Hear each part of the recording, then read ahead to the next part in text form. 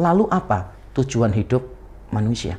Kalau berkaitan dengan kebahagiaan, berkaitan dengan yang non-material, dan berkaitan dengan yang personal, apa tujuan hidup manusia? Jawabannya yang paling tepat, seperti yang tadi kita sudah lihat di dalam teks kita, dalam kitab Yesaya tadi, yaitu untuk memuliakan Allah. Dan di dalam memuliakan Allah, kita menemukan kebahagiaan kita yang sejati. Katekismus Westminster, pertanyaan yang pertama adalah, what is the chief end of man? Apa itu tujuan ultimat manusia? Tujuan utama manusia itu apa? Jawabannya adalah, that is to glorify God and to enjoy Him forever. To glorify God and to enjoy Him forever. Untuk memuliakan Allah dan untuk menikmati Dia selama-lamanya. Dan Allah sudah mengajarkan kepada kita, yaitu dengan memuliakan Dia. Karena Dia yang menciptakan kita. Sangat wajar kalau Dia yang menentukan tujuan hidup kita. Kalau kita tidak mencapai tujuan seperti yang ditetapkan oleh pencipta kita, maka dalam diri kita akan terus ada kekosongan. Sebuah piano bisa dipakai untuk memainkan nada-nada yang indah, dan memang untuk itu dia diciptakan.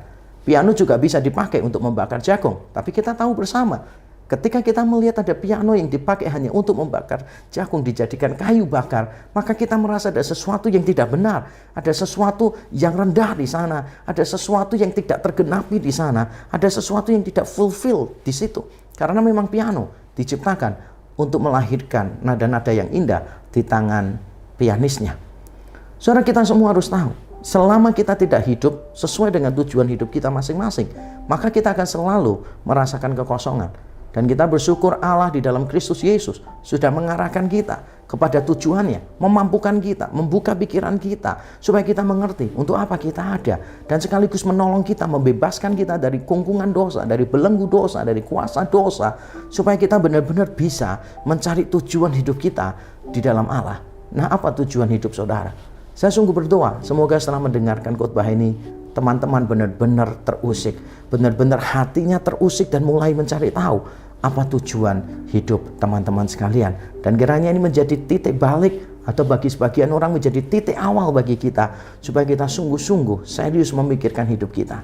Ingat, orang yang tidak pernah memikirkan hidupnya dengan serius akan dipaksa untuk terlalu banyak mikir di dalam kehidupannya. Sebaliknya, kalau saudara tahu apa tujuan hidupmu, maka hidup akan menjadi sesuatu yang lebih mudah bagi saudara. Ada banyak hal yang sebetulnya mudah karena kita tahu apa yang penting, apa yang tidak penting, apa yang bermakna, apa yang tidak bermakna. Dan itu dimulai dengan kemampuan kita menjawab satu pertanyaan, apa tujuan hidup kita? Apa sih tujuan hidup kita? Dan kita bersyukur tujuannya kita sudah tahu, yaitu untuk memuliakan Tuhan dan menikmati Dia selama-lamanya.